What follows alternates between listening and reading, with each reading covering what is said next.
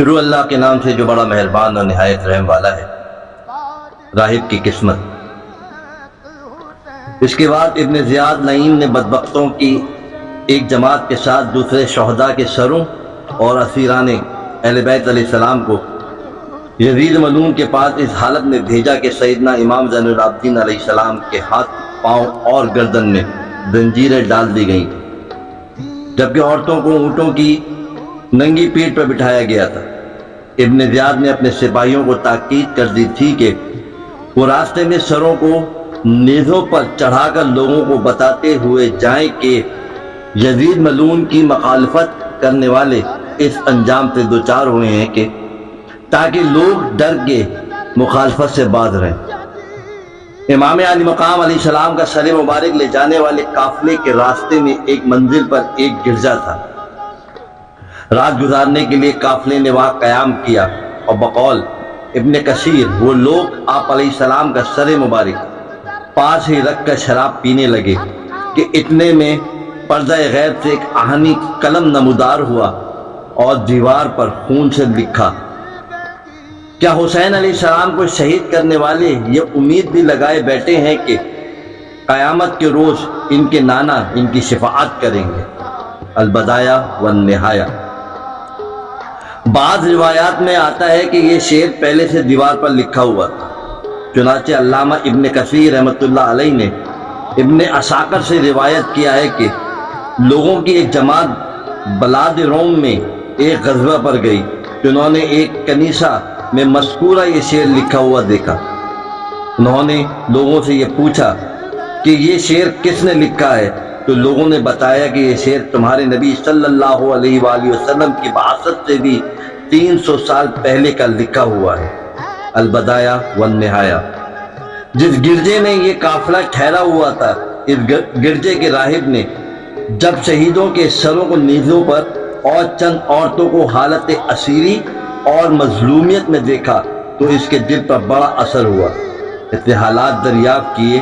جب اس کو سب کچھ معلوم ہوا تو وہ سخت حیران ہوا اور کہنے لگا، تم لوگ بہت برے ہو، کیا کوئی اپنے نبی کی اولاد کے ساتھ بھی ایسا سلوک کر سکتا ہے جیسا تم نے کیا؟ پھر اس راہب نے ان بدبختوں سے کہا کہ اگر تم ایک رات کے لیے اپنے نبی صلی اللہ علیہ وآلہ وسلم کے نواسے کا سر مبارک میرے پاس رہنے دو اور مجھے ان عورتوں کی خدمت کا موقع دو تو میں تم کو 10,000 دینار اس کے بدلے میں دے دوں گا۔ وہ ظالم سیم و زر کے غلام تھے، اس لیے انہوں نے 10,000 دینار کے خاطر ایک رات راہب کے پاس پڑاؤ کرنا قبول کر لیا۔ راہب نے اپنے گھر کو خالی کر لیا، پردہ دار مقدس بیویوں کو گھر کی 4 دیواری میں ایک صاف ستھرا کمرہ رات گزارنے کے لیے پیش کیا اور اپنی خدمات پیش کرتے ہوئے کہا کہ کسی چیز کی بھی ضرورت ہو تو مجھے بتاؤ، اگرچہ میں مسلمان نہیں ہوں لیکن میرے دل میں تمہارے خاندان کی بڑی عزت ہے۔ اس نے صبر کی تلقین بھی کی اور کہا کہ اللہ والوں کو اللہ کی راہ میں بڑی تکلیفیں اور مصیبتیں آتی ہیں، انہوں نے صبر کیا تو اللہ تعالیٰ انہیں صبر کا بہت اچھا بدلہ دیا۔ اب تمہارے لیے بھی سوائے صبر کی کوئی چارہ نہیں ہے۔ اہل بیت نبوت صلی اللہ علیہ وآلہ وسلم کی پاک باز عورتوں نے اس کی ہمدردی کا شکریہ ادا کیا اور دعائیں دی۔ راہب نے گرجے کے خادم سے کہا کہ رات بھر ان عورتوں کی خدمت کرو کہ یہ مسلمانوں کے نبی صلی اللہ علیہ وآلہ وسلم کی بیٹیاں ہیں۔ وہ خود امام علی مقام علیہ السلام کے سر انور کو ایک دھوئے ہوئے صاف اجلے تشت میں رکھ کر چہرے مبارک، مقدس زلفوں اور داڑھی مبارک کے بالوں کو جو غبار اور خون وغیرہ سے اٹے ہوئے تھے دھونے لگا۔ اس نے چہرے مبارک دھو کر صاف کیا اور عطر کافور لگا کر معطر کیا، پھر بڑے ادب اور تعظیم کے ساتھ ساری رات سر انور کے سامنے بیٹھا زارو قطار روتا رہا۔ ساری رات اس خدمت کے عوض خانوادہ رسول صلی اللہ علیہ وآلہ وسلم کی مقدس بیویاں اس راہب کو دعائیں دیتی رہیں۔ سر حسین علیہ السلام بھی زبان حال سے اسے دعائیں دیتا رہا۔ یکایک اس راہب کی قسمت کا ستارہ چمکا اور اس کی آنکھوں سے حجابات اٹھ گئے۔ اور وہ نور جو خولی کی بیوی نے عرش سے فرش تک پھیلا ہوا دیکھا تھا وہ راہب پر بھی منکشف ہو گیا، اور اس نے دیکھا کہ ایک حالہ نور سر حسین علیہ السلام کے گرد طواف کر رہا ہے۔ جب اس نے یہ حیرت انگیز منظر دیکھا اور سر اقدس کے روب و جلال کا مشاہدہ کیا تو اس کے دل کی کیفیت ہی بدل گئی، اس کی محبت اور حسن عقیدت کا صلہ ملنے کے انتظامات ہو گئے۔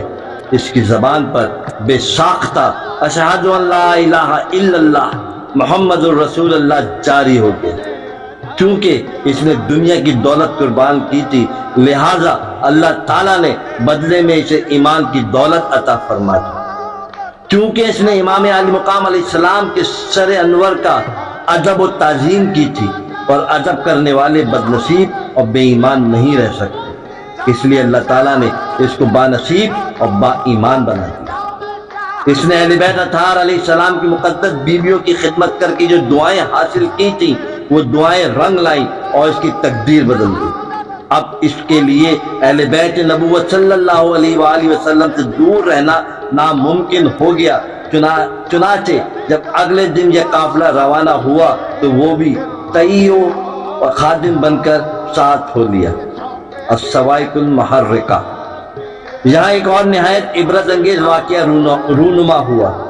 ملونی فوج کے بدبخت سپاہیوں نے امام علی مقام علیہ السلام کے لشکر کے خیموں سے جو درہم و دینار لوٹے تھے اور جو دینار انہوں نے راہب سے لیے تھے، ان کو تقسیم کرنے کے لیے جب انہوں نے تھیلیوں کے منہ کھولے تو کیا دیکھا کہ وہ سب درہم و دینار مٹی کی ٹھیکریاں بنے ہوئے تھے۔ ان کے ایک طرف یہ آیت مبارکہ لکھی ہوئی تھی: اور اے مخاطب، تو ہرگز یہ خیال مت کرنا کہ جو ظلم جو کچھ کرتے ہیں اللہ ان کے اعمال سے بے خبر نہیں۔ ابراہیم، جبکہ دوسری طرف یہ آیت مکتوب تھی: اور جن لوگوں نے ظلم ڈھایا ان کو بہت جلد معلوم ہو جائے گا کہ انہیں کس کروٹ لوٹایا جائے گا۔ سورہ الشعراء۔ ملونی فوج کے سپاہیوں کے پاس درہم و دینار کی ٹھیکریاں بن جانا ایک تنبیہ تھی کہ بدبختوں، تم نے اس فانی اور مادی دنیا کے لیے دین چھوڑا ہے اور آل رسول صلی اللہ علیہ وآلہ وسلم پر ظلم و ستم کیا ہے۔ یاد رکھو، دین تو تم نے چھوڑ ہی دیا، مگر جس فانی اور بے دنیا کے لیے تم نے دین چھوڑا ہے وہ بھی تمہارے ہاتھ نہیں آئے گی، اور تم خسرت دنیا والآخرہ کے مزداق بنو گے۔